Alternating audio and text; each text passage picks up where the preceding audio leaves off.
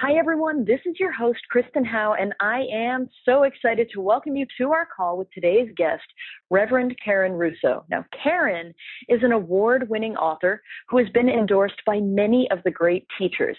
Her unusual blend of experience, including an MBA from Columbia University, being an accomplished corporate trainer, a top-selling salesperson, and an ordained interfaith minister, helps Karen share insights from over 25 years of spiritual and secular success. She has appeared in the MPower movie, on Fox News, in Networking Times, the Arizona Republic, and Science of Mind magazines. And Reverend Karen Russo is known to many as your spiritual guide in wealth. Now, on today's call with Karen, you will discover why money issues still show up for so many spiritual seekers, and you'll even get some tools to overcome them. You'll discover the number one secret to never worry about money again. You'll find out why financial forgiveness is your key to creative freedom. You'll discover how to use the power of infinite circulation so that money flows easily into your life. And you'll learn the two critical wealth rituals to achieving spiritual and financial results each and every week. So I can't wait for this. I know you're all excited now. Karen, thank you so much for joining us today, and welcome to the call. Oh, thank you so much, Kristen. I'm excited to be here. Yeah, I can't wait. You've got such great energy, and it's just, even just in talking with you right before we started, you're just really clear and down to earth, and I can't wait to hear what you have to share. So can we start by having you share a little bit of who you are and maybe even some of the major turning points that you've experienced in your life that have allowed you to be here with us now with the current level of success that you've manifested? Oh, thanks so much. I would say I am both down to earth, and then my aspiration is high in the heavens, so that's part of what we're going to be working with today is how do you have a spiritual aspiration and then express it in this material earthly realm. And I'm using some fancy words there, but I would tell you that's the whole story of my life. And I'll give a little background and talk about those turning points. I grew up in North America on the East Coast of the United States with that classic middle-class, multi-ethnic background. My mom grew up the daughter of a Jewish school teacher and an Irish nurse. So my mom became a teacher and her sister was the nurse, in the Bronx in New York City. And then my dad is second generation Italian American. His father came over on the boat from Italy. And my dad was the first to go to any kind of higher education. He worked his way through school and ended up being an economist and worked for the government. And I grew up in such a good modeling in my family around work creates money, creates fairness and justice, and life can work for you. Now, there, of course, were challenges, right, in every family there is, but that modeling, right, was strong. And what happened for me is I had that strong idea that I could have efficacy, in my work life, could create financial stability. Now, then in my teens and 20s, so here comes the turning points, right? I had tremendous personal challenges with addiction and horrible self-esteem and lots of secrets. And by the time I'm in my late 20s, I had to turn to a power greater than myself, or I was not going to make it. And there are many people who are listening who get what I'm talking about. So I had to find the divine, find God, find my higher power. And so you kind of fast forward, I had this functional life, then I had secret life, had to find spiritual life. And what came for me just, 7, 8 years ago in my mid-40s was it became clear that it was time for me to bring forth a message that really would be mine to share. And that's where the money keys, the spiritual money mastery message was born. And it was born out of the idea that people can have a deep surrender to something greater, to the power of God, love, spirit, source, whatever you call it, something greater, and then access that power in our lives today. And that can help us heal. It can help us expand. It can help us grow. That can be our path to manifesting everything now. I love that. I actually want to go back to something you said right away, which is you're down to earth, and then you also have, high aspirations. I love that. And that's why you and I are resonating so well together. But that's also why, that's so much of the amazing listeners who are here. I get emails all the time where it's like, I have high aspirations, but I need to know how to bring it, into the world here, into this. This is a physical world. So how do I combine the two? So I love that you specifically mentioned that. Yes. Now, let me ask you this, because you mentioned spiritual money mastery, which even that could possibly, putting the word spiritual with money mastery could, for some people, be a bit of a trigger. So can you explain exactly what spiritual money mastery is and why it's so important? Yes. We'll begin with what it's not. So spiritual money mastery is not an amount of currency. So some people are going to be like, bummer, but other people are going to like, oh, wow. Because here's the thing. Often when you come to a wealth building conversation, people are talking about, we'll get you to 6 figures a year or get you a 7-figure portfolio. People think if I had $1 million, then I'd be a money master, then I'd be wealthy. And spiritual money mastery is less about an amount, and it's more about qualities of being. You see, Kristen, when we measure stuff only from the outer, like an amount of currency, if we measure only from the outer, something within us gets nervous. And this is what the community that's here gets it. You'll get nervous if you're measuring only by the outer, because something within you knows you're more than just your outer circumstances. And that's the same analogy if you had the beloved relationship. If you think, oh, now I'm lovable because I have this gorgeous, generous, kind lover, something in you knows it's not the beloved, it's not the person who brings it to you. That love is something within you that you share. So if you think, if it's in that person and they go away, then are you unlovable? No. Same thing around money. Spiritual money mastery is a state of being with 4 areas. Spiritually, you're out of fear and you're into peace. Spiritual money mastery is that your beliefs, you're out of resentment and guilt, you're into freedom. Spiritual money mastery is in your habits, you're not in overwhelm, you're in order. And finally, spiritual money mastery is the quality of your results. And I would say your results mean you can answer the question, what's the money for? What's the money for in your life? You're able to fund your dreams. Your money life supports your gift, your contribution, your choices in the world.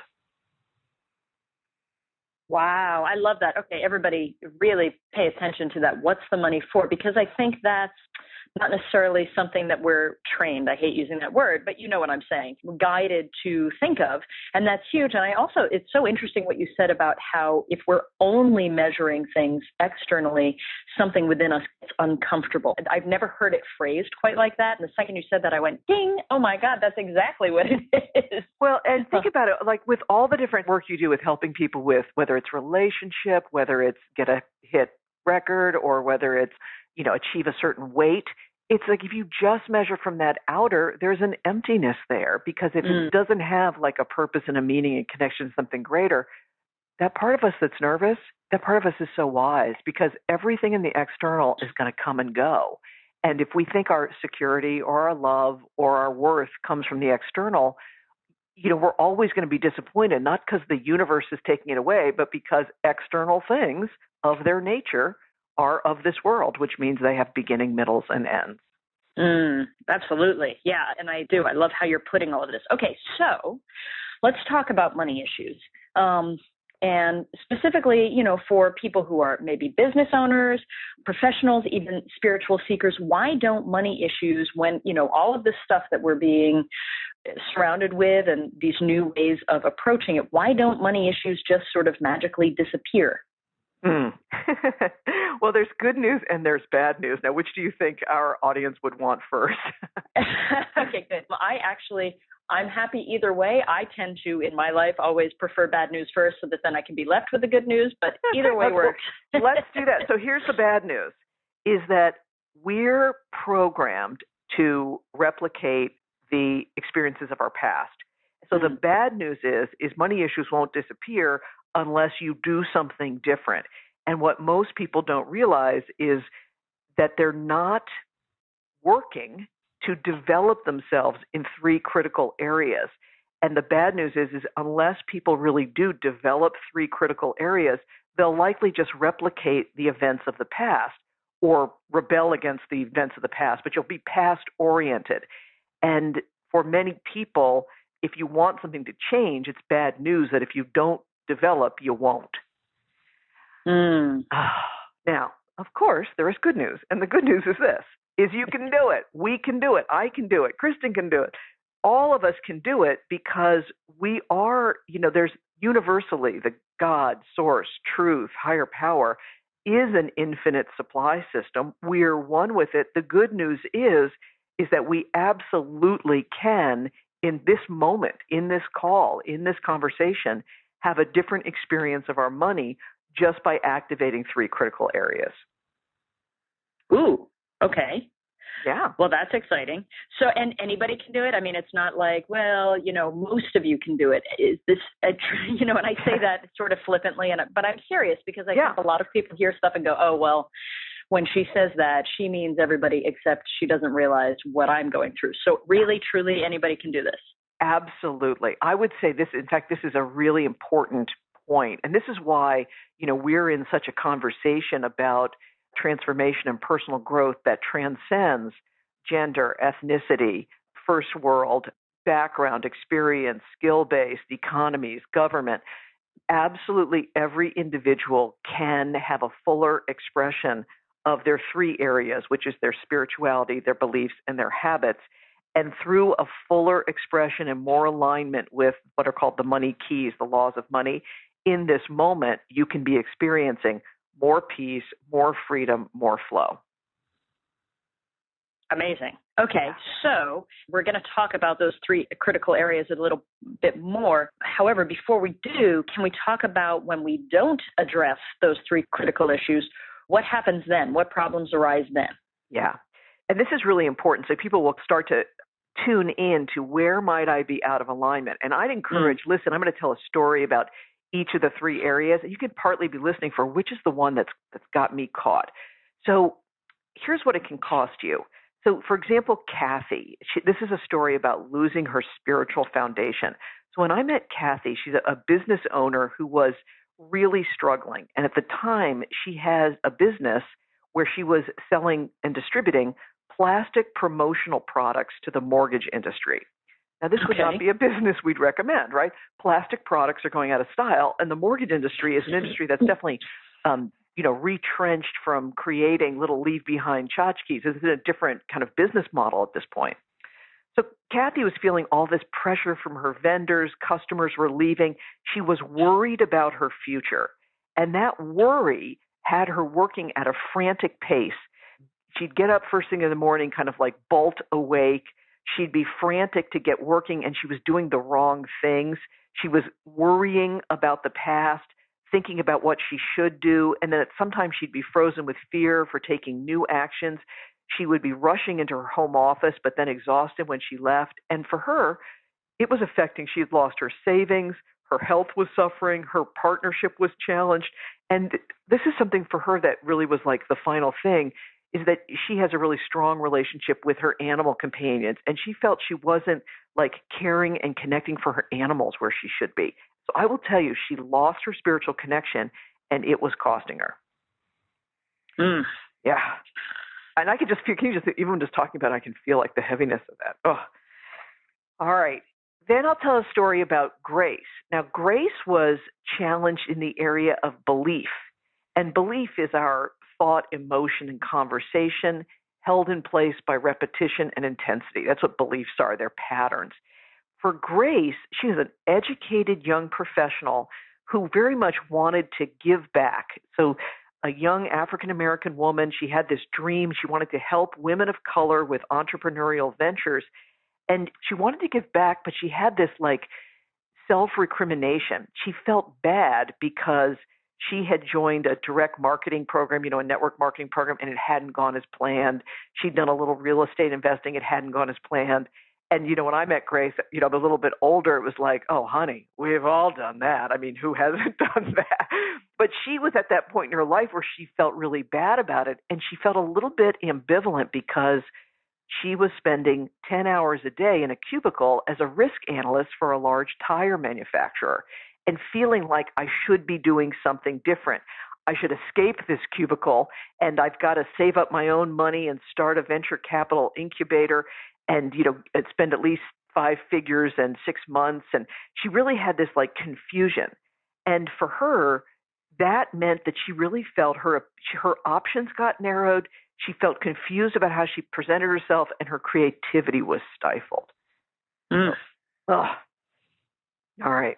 And I want everybody to know we're going to tell the happy endings of these stories. But you can feel that that's like beliefs. And then there's Tim. And this is a story about habits. And habits around money are your behaviors, your system, your task. Tim, talented, creative, visionary guy, but he did not have a strong money habits foundation. So he wanted to invest in creating an internet cafe in a diverse downtown area in the Southwest. And he did what many folks do. He did personal guarantees on leases and equipment. And when the economy shifted in that area, he didn't have the structures in place to be able to weather that storm, and ended up the business was closed. He had a personal bankruptcy. And when I met him, it was very interesting. He was about to launch an online coaching business. But what was happening for him is the way it was costing him is that his money situation, although he'd been kind of brought to his knees, he wasn't ashamed about it, but frankly, he hadn't looked at it accurately. And Kristen, he was in a bit of a mess. He literally didn't have enough money to cover his basic bills, and he didn't have the information needed or the energy available or the traction to be able to move on. Ooh, traction. I love that. Okay, so can we hear the resolve? Absolutely, absolutely. And Okay, you know good. what? I'll tell you, we could save the results here for when we talk about the 3 money traps, because each of them. Oh, good. Yeah, so because each of these folks, they were really a poster child for one of the money traps, and then there's a law of money and a tool they picked up. Well, you know that Kathy, Grace, and Tim are going to come back. Okay, awesome. I love that. So everyone, we're going to hear, don't worry about about them. I promise we will hear more about Kathy, Grace, and Tim and what they did to turn this all around. Okay, so before we get into all of that, the 3 critical areas of personal wealth leadership, you talk about wealth yoga practice. This is something I have never heard about before. Can you share a little bit more of that? Yes, and I think we've presented this idea, spirituality, beliefs, and habits. But what I want to give people just like 90 seconds of is the experience of what it feels like to feel those 3 areas in your own body and energy with a little bit of wealth yoga practice. Ooh, so, very cool. Okay. That's all right. exciting. Yeah. I'm assuming that who's ever with us at this moment, that you're sitting somewhere where you can kind of half close your eyes. If you are, I know some people listen to these calls when they're driving, when they're walking. You can picture yourself doing this, but attend to your driving and your walking. For sure. I'm going to do it, and Kristen, you too. So we'll both be doing our wealth yoga together. Absolutely. All right. So you know that yoga means union, and this is an opportunity to experience how our wealth happens through us, not to us. So wherever you're at, take your half-closed eyes. We'll take a deep breath in and release. And we'll drop our right hand by our side and make a little loose fist. And you can turn your head to put your energy down toward that right hand. This represents what's so in your money life right now. It's the facts and circumstances. It's Kathy's number of clients and clients leaving and margin slipping. It's Grace's cubicle. It's Tim's bankruptcy. It's your current situation and circumstance. Now, take your left arm and stretch your elbow up diagonally, and then stretch your hand out and wiggle your fingers and move your head to bring your energy toward that outstretched left hand. This represents what's possible now in your money life. It's your dream, your vision, your financial goals. For many people, it's financial freedom. For Tim, it was a visionary coaching business. For Grace, her what's possible is being able to give back and lead others. For Kathy, it's a way to make a contribution that's profitable. So you feel that stretch. So your muscles might be stretching. That's good. We bring our head back to the center. And for you and me, Kristen, let's just feel what's in between what's so and what's possible now. It's us.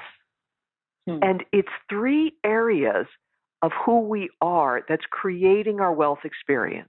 All right, take both hands, reach them up to the sky, and look up. This is our spirituality about money. This is our connection with the divine, where we can move from fear to peace. Now we take our hands and put them on the center of what's called our solar plexus, right above our stomach. This represents our identity. And this is our area of beliefs about money, thought, emotion, conversation, what we believe about ourselves, money, and the world, where we can move from resentment over and a sense of guilt or shame into freedom and creativity. And finally, let's put our hands out and wiggle our fingers and our toes. This represents our habits with money, behaviors, actions, systems, information, where we can move from overwhelm into order and flow. And these three areas, hands up, spirituality, solar plexus, belief, out in front of us, habits, these create our wealth yoga. When all three of these areas are healthy, vital, and developing, right now we get to be peaceful, creative, prosperous, and free. All right. So give yourself a high five. You did wealth yoga, everybody. Woohoo! I love that. Yeah. So how was that for you? Oh, it was great. And I love even when you said, so what's between the two? Oh, it's us. Just, I felt a huge smile come across my, I'm like, oh, yep, of course. It just felt very, first of all, I love how easy that was and fast and just very centering. Yeah. And opening at the same time. Centering and opening. Those are the two words. Yes. And that's what, and this is the thing where it's not bad to use these analogies. I think people get it. If you're someone who wants to attract in the beloved relationship, you've got to be able to feel on a daily basis the sense of like self-love and joy of connection and, a happiness in your living. Like if you can't feel that within your own life, you're not going to get it from somebody else. If you want to have a healthy and vital body, there are practices and self-care and attention that you need to be able to do when you're at 200 that you're going to need to do at 160. So this is kind of like, this is who you are as a spiritual money master. Yeah. I see. Okay. So this is who you are as a spiritual money master at every level of, and correct me if I'm wrong here, external sort of depiction of that. Does that make sense? External manifestation of that. So let's say someone listening, they're like, I am living off of $12,000 a year. If they can discover who they are as a spiritual money master, that stays with them as they progress and grow through, higher and greater actual physical manifestations. Does that make sense? Exactly. So if you're at $12,000 a year and you can access the feeling of gratitude, if you can manage that $12,000 with excellence and clarity, if you're a generous giver and a gracious receiver with that $12,000, then what you're doing is you're being a wealth leader at that amount. And then it becomes so much easier for you to take those skills and that experience and double, triple, quadruple. It's like there's something to grow on. But the idea that like I'm going to be grateful and generous and orderly when I have more is just, I feel like I'm being a little harsh, but so many people feel spiritually stupid if things don't magically happen. And part of the messaging here is it's like, if you want to change, you need to be different. And when you're different, you get the thing that you're desiring. All right. Love it. Okay. No, you're not being harsh. It's perfect. It's absolutely spot on. I love it. Okay, so is this a good time? Now we've experienced that, which was really great, and it was so fast and easy doing that quick physical, spiritual money yoga exercise. Is it good for us to talk about the traps now, those three money traps? Exactly. Yeah, so this will flow into, let's talk about each of those three areas, spirituality, beliefs, and habits. In each of the areas, there's a money trap, which is a state of challenge. Then there's going to be a key, which is a law of money. And then there'll be some tools, and we'll hear the good news story of Kathy, Grace, and Tim. And then people can really be choosing for themselves an action or an insight in each of the three areas. Okay, perfect. Okay, so does it make sense for us to start with spirituality and how we overcome, you call it the trap of scarcity, is that correct? Yes, and it feels like for this, sometimes we start at the bottom with the habits, but I feel like this is such an evolved spiritual community that we really can start with the spiritual, the transcendent, yes? Yeah, I agree, Yeah. Absolutely. Okay, so yes, let's talk about, so in the area of spirituality, your relationship with the divine and money, the trap or the state of challenge is the trap of scarcity. And scarcity is the anxiety-ridden idea of lack. Scarcity is there's not enough time, not enough capital, not enough education, not enough. It's a feeling of being alone and cut off. And it's really being fearful or worried or anxious about money. And ultimately, it can feel like if I just had more money, then I'd be okay. However, money worries are ultimately more of a faith issue than a financial one. Money worries are more about what do we have faith in than how much money we have. And here comes that number one secret to never worry about money again. And that is the key to escaping scarcity is the law of unity. So this is your first of the three money keys, the law of unity. And the law of unity is the spiritual truth that we are one with the infinite, eternal, unlimited, loving spiritual source. The law of unity is the idea of the interconnectedness of all life. And it's found across the world's religious traditions. The Christian would say the kingdom of heaven is within. In the Jewish tradition, the manna falls from heaven. The Hindu knows that thou art that. It's this idea that the divine expresses as us. And because we have that nature, we are already supplied. We're already one. And the challenge, Kristen, which is why we have, you do the work that you do and that so many folks are dedicated to personal growth and transformation. The challenge is we forget. And that's really what the human experience is. We forget and we remember. So the tools in this area are spiritual practices which help us remember our oneness and feel a sense of peace. Yeah. And those tools are things like spiritual reading, meditation, journaling, listening to calls and series like this, prayer, visioning. And I'll tell you what happened with Kathy in terms of picking up spiritual tools directly focused on your money and business life. So with Kathy, what she realized is when she thought about her wealth yoga, she got it, that the area of spirituality was the one where she needed to focus most because she felt so much scarcity. She was in the trap of scarcity. So for her, she was someone who in the past had a meditation practice, but it had lapsed. So for her, what she decided to do was she picked up one of the Money Keys meditations called Peace Be Still, just a 18-minute meditation. And what she would do is in the morning when she woke up, she had to train herself on a daily basis not to rush into her home office, but she would turn and go into her quiet room. And she used a simple 18-minute Peace Be Still meditation to get her breathing calmed, to feel a sense of peace, to anchor herself in what she had. She didn't disbelieve that she was one with a greater source, but she wasn't dedicating time, energy, and attention to remembering it. So she would do this meditation practice, and day after day, pretty quickly, she would then just feel centered. She wasn't fearful. You see, when we're in scarcity, we're almost always focused on the future, because in the present moment, our needs are met.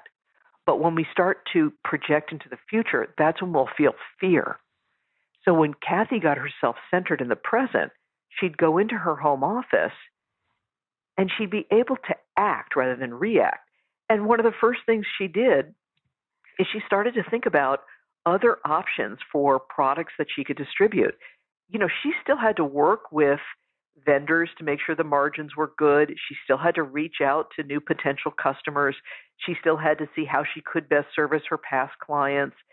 But she got some creative ideas. She felt peaceful enough to do some outreach. And her first new product was a sustainable water bottle, which had the promotional advertising for the Denali Park in Alaska. So she started, isn't that just great? She started to do promotional products for national parks and for other like animal rights groups and things she really believed in. So she's still working, but she's in this sense of like oneness. So partly what happens is when you use your spiritual practices to feel a sense of peace, you start to be calmer. And when you're calmer, you're always more open to really serving a higher vision. Absolutely. I love that you said she's still working. It's almost like, and again, correct me if I'm wrong, she's working, but she's not struggling. Yes, that's literally it. She's working, but she's not fearful all the time. So because she's peaceful, she's able to be inspired as she works. And she's still going to have to work, margins and marketing and all those things. I think I want people to kind of catch, like, when you're spiritually anchored, you may be more active in your business and your career and your profession, not less, because you're more present. So that would be, And so this would be my recommendation in this area before we go on to beliefs is choose or reactivate your spiritual practices and include your money and financial life into your prayer, meditation, journaling, visioning, reading. Yeah, it's so true. We sometimes it's like we leave it out and obsess on it all at the same time. Exactly. And I would tell you, people are literally like wasting their time, energy, and attention, like worrying about your money. If you spent that time, energy, and attention in, actually doing research about products and services or looking to get some part-time position or seeing how your current products could be leveraged into other things. Yeah. Yeah. Okay. We got it. Cool. Yeah. Yeah. All right, good. We got it. That's awesome. That's fantastic. Okay. So the second one is beliefs. Is that correct? Correct. Okay. So how does that affect our finances? Yeah. So the beliefs area, the money trap or the state of challenge is called superstition. And superstition, if scarcity was, fear of financial future, superstition is the jail of your money past. Superstition is the mistaken idea that someone or something outside of you has power or control over your money life. And you'll know you're in your jail of the money past if you feel resentment about something someone else has done, or you feel guilt or shame about your own financial choices. And it really has a past focus. So it's like a grumble, grumble. It should be different. And that feeling of financial victimization is an awful feeling. And I will tell you, Grace, such a bright young woman, she absolutely realized, she just said, Reverend Karen, I know I have to forgive myself. So here's the interesting thing about getting out of the trap of superstition is financial forgiveness is one of the, a little bit like counterintuitive, but financial forgiveness is one of the keys to escape. Because the law here, the law of money, is the law of cause and effect. The law of cause and effect, like the law of attraction, the laws of co-creation, is the principle that life reflects back to us what we put into it. And financial forgiveness is the decision to release judgment about ourselves mostly, or about others from the past, to be able to be free in this moment. And so, very interesting, Kristen. You'll notice that I'm not saying start with abundance affirmations. I'm saying clear out the thought, emotion, and conversation that is holding you bound first. Clear it out with healing and forgiveness before you start affirmation. Yeah. And I know you teach this and know this is when people are affirming and they don't really believe it, it doesn't work. So for Grace, what she would do is she really understood and embraced the idea, I want to forgive myself and release myself from these ideas that it should have been different in the past. So she would take the self-forgiveness journaling exercise and go out to her car at lunchtime. And she would do the journaling about what had happened and how she felt and what decisions she made about herself and then the willingness to release them. She'd call her prosperity partner. She'd listen to the inspiring music. And what happened for her, she started to shift her ideas about herself in the past. And so what was so great is that she became like completely comfortable with being a bit of a superstar at the tire company. She started to feel like very comfortable being involved there.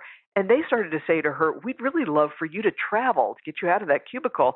Can you cover for this one who's on maternity leave? Can you be the CFO of this plant for a while? Traveling had always been one of her dreams, so she got an opportunity to travel.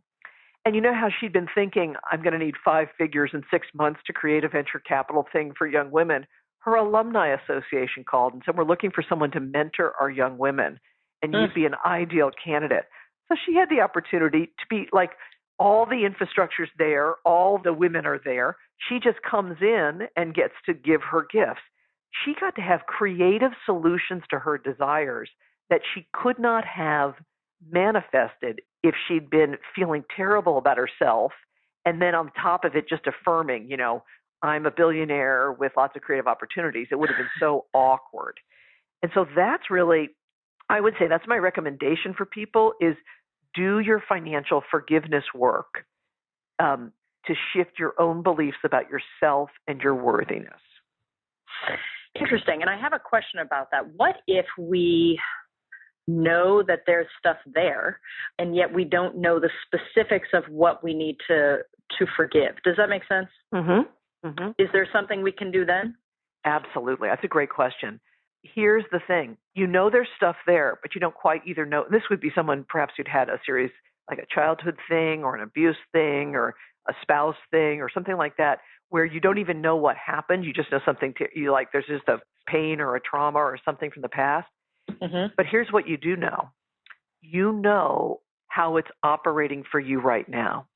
You know what about that is causing you to think and feel and react in today's moment. So I would encourage the journaling to be, and this, you know, there's some technology for this, what I do know about what happened, how I feel about it today. When I think about this, here's what I assume. Here's how this is preventing me today. And then also you want to ask, like, here's how keeping this thing from the past alive is, I think it might be protecting me, or it could be valuable, or it served me, or it's had me develop a certain gift. Like that's part of healing and forgiveness is being sure you get the lesson or the gift out of the thing. Huh. Like, for example, with Grace, she has the gift of seeing, you know what? She's been at that tire company. She's a young woman. She's been there like 18 years or something. But part of what she got to see is, you know what? Some of my nervousness about moving on means I have a stability and a retirement program and other things. You know, she got to see the value of what had happened and how it had affected her. So you don't need to know the specifics to have today's healing. That's a great question. Interesting. Okay, I love that. And that's, you know, because I think that's really important. A lot of people, they are struggling and they're like, I know something's there. I just don't actually know the details. So that's really perfect. And thank you for sharing that. Yeah. So just to summarize superstition and think about it, it's like you get out of the jail of your money past, you use the law of cause and effect through financial forgiveness, and you access freedom and creativity in the now. I love it because when you summarize it like that, it's like, oh, okay, I can do that. I can do that. You know, it stops feeling overwhelming and it's like, oh, okay, got it. I can do that. Okay, awesome. Let's talk about the third trap, which is, and this is such a hot button word too, habits. Money habits. Yeah, so the reason I created this technology of the wealth yoga and the 3 areas is because I would go to the spiritual centers and everyone's talking about consciousness and a little bit about beliefs. And then I go to the wealth building programs and it's all marketing strategies and habits and tactics with a little bit of mindset. But the beloveds in this community, you are wise enough to know you need all 3. So let's include our money habits. And the trap in the area of money habits is the trap of survival mode. You can think of survival mode like financial quicksand. So it's the sensation of being overwhelmed or painted into a corner with our money systems and behaviors and actions and information. And you'll know you're in survival mode if you've got any of that I'm busy, but I'm not productive, or I'm struggling, but I'm not moving forward. And then the other symptoms of survival mode would be unreconciled tax stuff, legal issues you haven't taken care of, you're commingling your personal finances with your business, outstanding debts that you're not even clear about.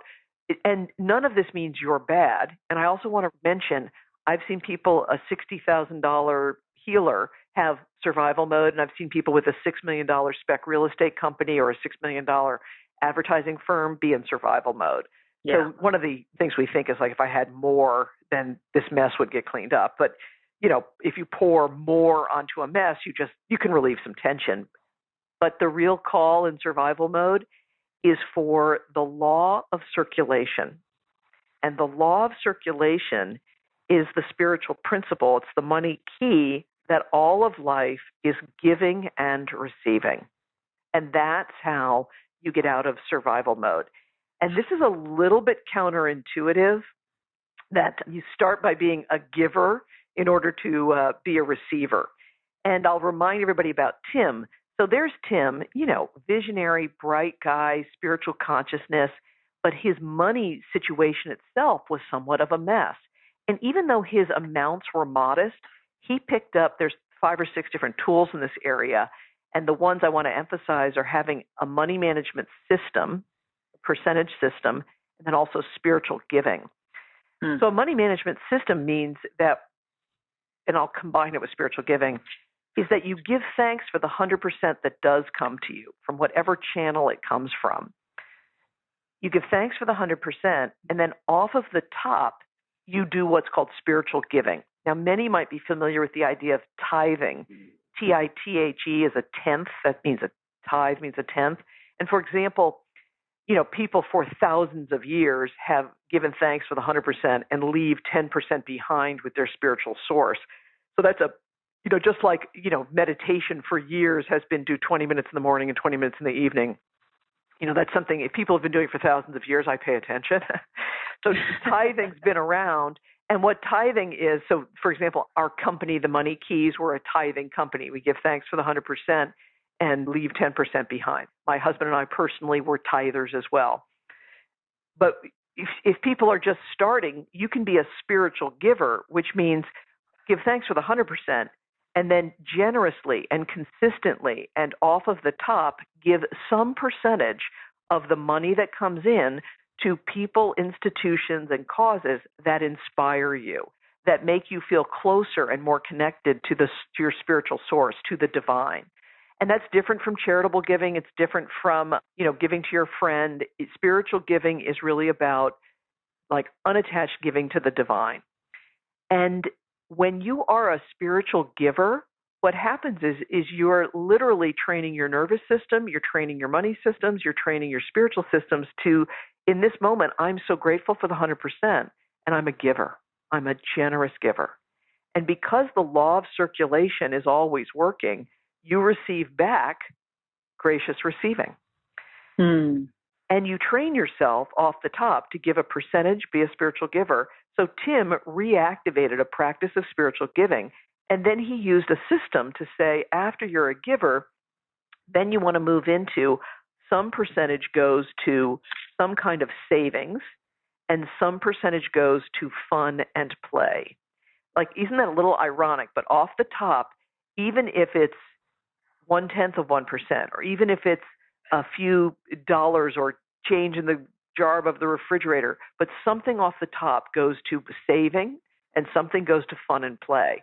Because if you pre-fund your fun and play, what happens is then your inner kid doesn't have to rebel and find a way to, like, you know, say, oh, the heck with it, I'm going to spend money on something I don't need. So that's a really healthy way to have that start. And then you want to allocate additional percentages to various aspects of your life and business. And when Tim did this, when he looked at his money management system and he worked with the spiritual giving, what he got to see right away was Papa needed cash flow. He was in no position to launch an online coaching business. So what he did is he went out and got a part-time position, and it wasn't that glamorous. I think he was a receptionist at a healing center. But for him, it gave him just enough cash flow to have some stability so that he wasn't desperate when he went out to launch online. And he got to train himself to see, like, look, I'm someone who generates income. I graciously receive it. I give off the top. He had a systematic approach, which he then could replicate into his new business. So for many people, I really recommend you want to activate your spiritual giving, have some kind of a system, and then one of the other tools is make your financial transactions a blessing rather than a burden. So sometimes, Kristen, people are just, they leave their bill paying to, when they're frazzled and it becomes something just arduous. Whereas I would say, light a candle, put on some wonderful music, make it a sacred practice. So that kind of thing, those are some starter things to get you into circulation. And the result of circulation is a sense of order and flow. And when there's order and flow, then you can really expand. Like the example you said, someone earlier, if they're on a $12,000 a year income, if they've got order and flow and excellence with what they have right now, then it can literally expand by tenfold, and the systems can say the same, which is pretty powerful. Yeah, that's huge. I actually want to ask you a question. It's so funny that you talked about tithing and spiritual giving, because I recently have gotten several emails about this exact thing where people are wanting to do that and they're confused, in order for this to work, do I have to give to a spiritual establishment or, so it's almost like they're trying to discover where to do the spiritual giving. Does that make sense? And is there any absolutely. guidance? Absolutely. So I would say there's a who to give to. Who, person, cause, institution, church or spiritual center, synagogue, mosque, individual musician, spiritual teacher, who or what has helped you feel closer to the divine. That's the number one thing. Like, you give to where it's like you feel a sense of God.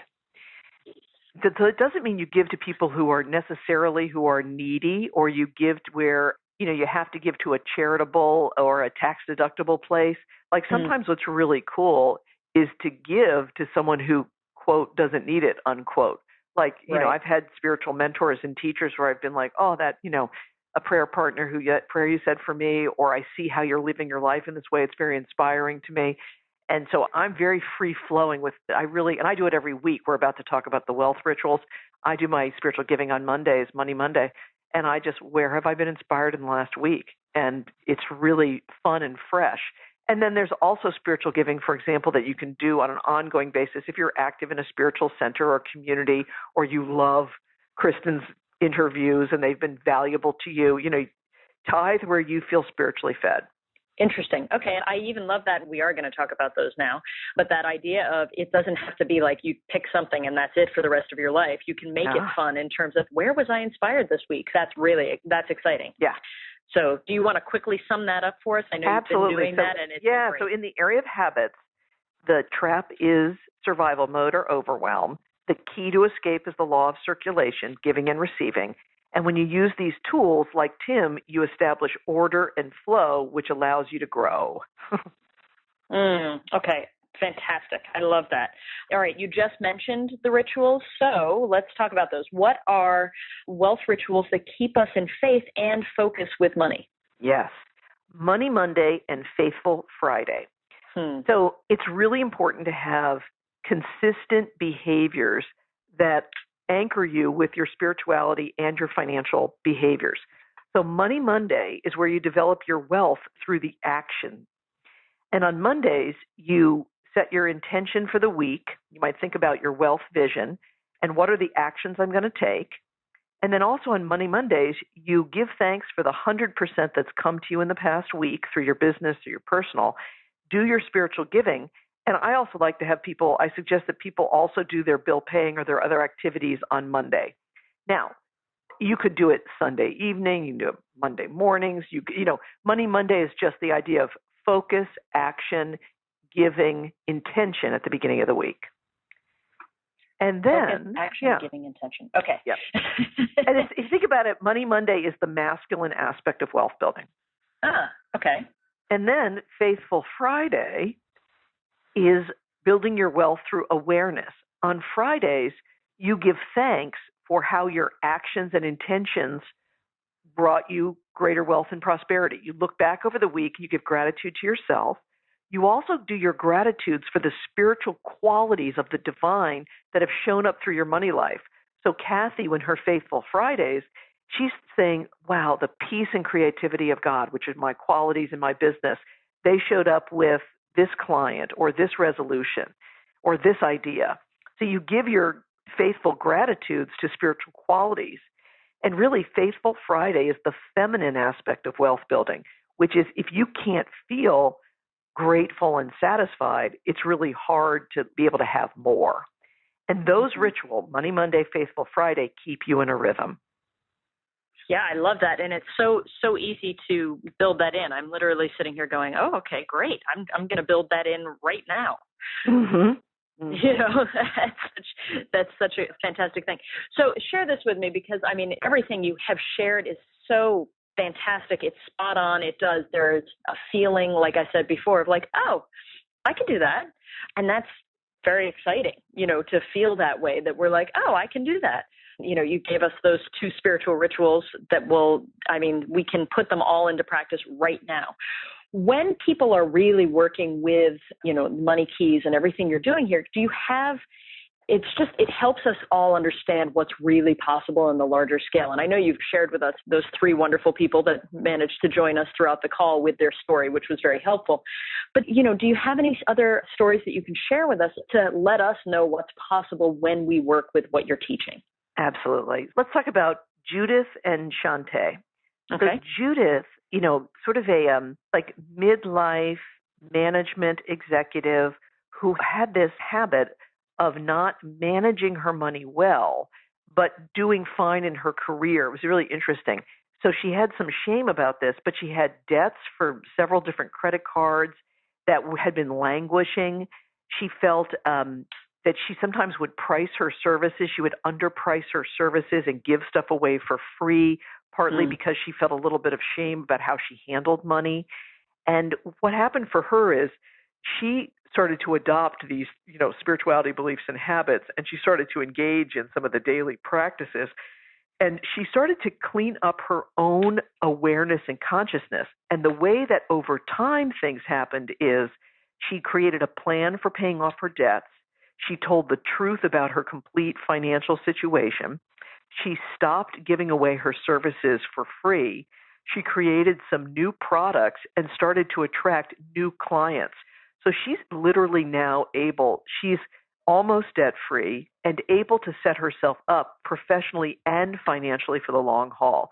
So she was really someone who was looking at the only way she was going to be able to make it was to keep working. And now she actually has, I'm working and saving, and she has a different picture of her life. So she changed her self-image and really has something different happening. Wow. Yeah. And then I'll tell, Shantae is a woman who's more in the artistic and creative world.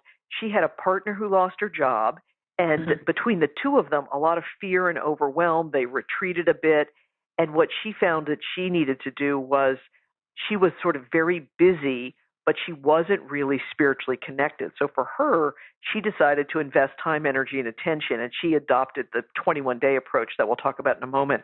And what happened for Shantae is because she had some part-time work, she had to get up at 5:30 in the morning, which she trained herself to do for just 21 days, to spend that 20-30 minutes with herself with the intention around her money. And in just 21 days, she doubled her income. She has a business plan she launched, and she feels like I can trust myself to, like, because I did that for 21 days, I can trust myself. So partly it's like long haul things, but it's also in the short term, you can have a lot of results. You know, I love that you just said that because, again, that's not something I've thought of, but so much of it is exactly that so many of us are feeling like, well, I can't trust myself to follow through on that. So that's a huge element that comes into play here. Yes. To gain that self-trust is, you know, I mean, that has value beyond measure. Absolutely. I love this. I love that you've given us stuff that we can do right now. I love everything you're doing, because it really does. It feels so possible. And it resonates, that thing that you said about if we are only measuring our success by something externally, there's something within us that gets uncomfortable. And this really answers that, so that, and again, I'm going to say, correct me if I'm wrong, but it sounds like if we get in alignment with that internal part of us that is so essential, then the external manifestations are able to show up bigger and better than we perhaps would have even imagined for ourselves. Yes. So the universe is withholding nothing, and also the universe is unbounded. And that means each of us is unbounded. So it's really, when we do this kind of development, literally anything is possible. And also then when we do this kind of development in the service of goals and projects and ideas that really benefit the world, then we receive compensation. I love that. This is such a great thing. I love and get so excited about helping people take control of their life, their entire life, their internal, their spiritual, their habits, their, all of that. And there's so much more to learn from you, Karen. You're absolutely incredible. And I asked you to create a special offer for everyone who's listening, and you did.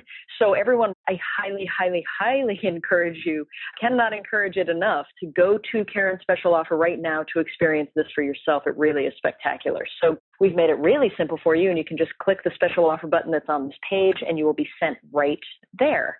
And Karen, I'd love if you could let us all know what we're going to find there. Yes. So what we created, which I just think is wonderful, is the 21-day spiritual money jumpstart. So many people are like, well, how do I get started?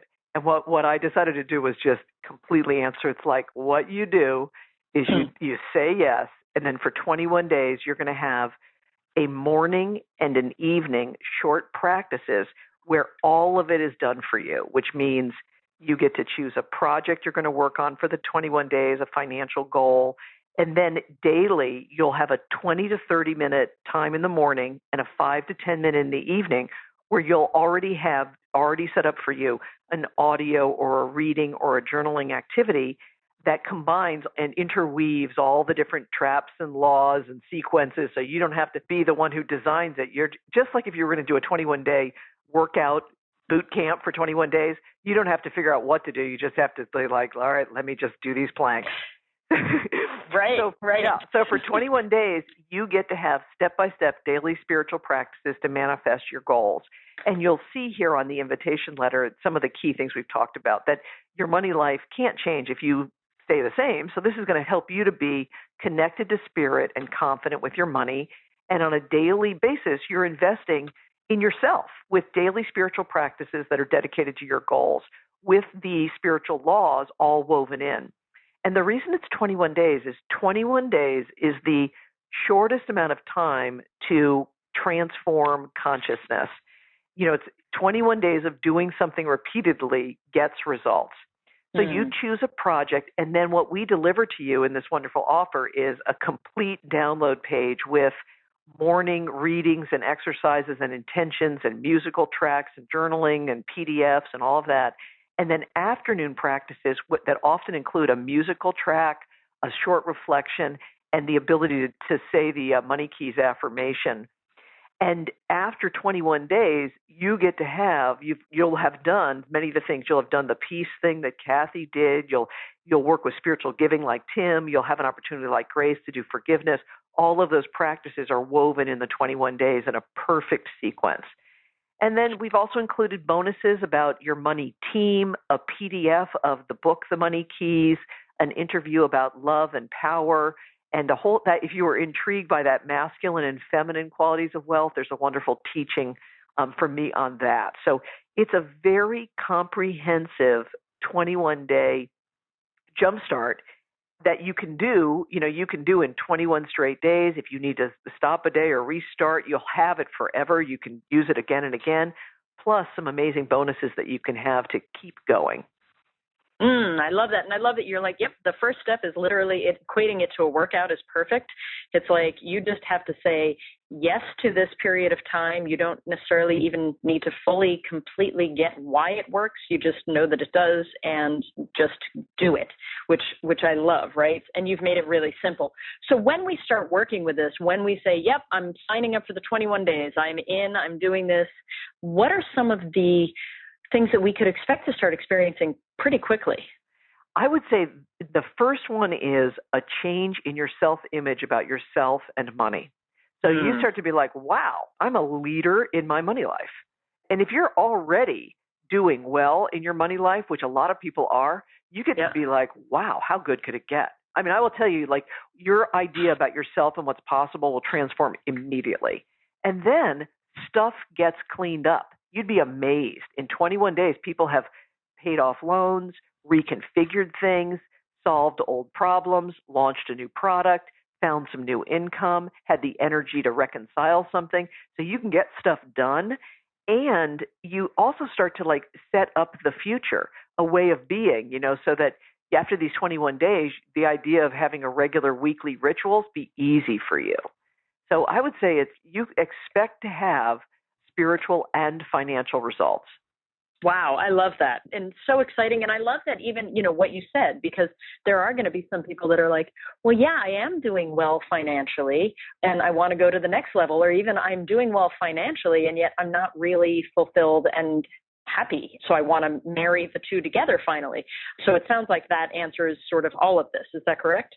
Exactly. So this is taking wherever you are and strengthening it and going to the next level.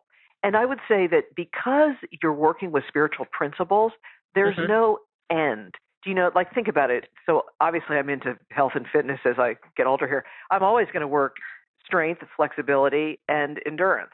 Like, I'm going to do different practices, but I'm always going to be working those things. You're always going to be deepening into unity, cause and effect, and circulation. You can't exhaust those principles. So this gives you a chance to have an excellent curriculum for you to work with those around your money. That's amazing. And it grows with you, which is just even more exciting. Okay, so everyone click on the special offer button that's on this page and you will be taken right there. Karen, you're fantastic. I just absolutely love this. I hope we get to do this a million more times. Before we say, no, Karen, we don't want to say goodbye, but we have to. That's just how it works. Do you have any final words that you want to share with us? Yes. My final thing is really first of all, I want to just thank you. You're just amazing. And your commitment to your community and to the excellence that you're bringing is just beautiful. So thank you. And it is my pleasure. Yes. And it's your pleasure and it's your gift, which is terrific. So my final is, look, you can do this. And imagine if, even if it's the slightest bit of energy that's spent sort of worrying or begrudging or feeling overwhelmed, if that energy was instead in service of you giving your gifts to the world and really bringing your magnificence forward, imagine how much richer and fuller your life could be. So my message is, look, you can do this. And when you do it, the results are limitless. Fantastic. That's the perfect way to end the call. So I'm not even going to add to it. And you can do this, everyone. Hear what Karen just said and feel it. More importantly, you can do this. And you're all absolutely extraordinary. I love being able to spend this time with you and share incredible people like Karen with you. So thank you all for being here. And Karen, again, thank you. Thank you. Thank you. Absolutely. And until the next time, everyone, keep manifesting. Bye-bye, y'all.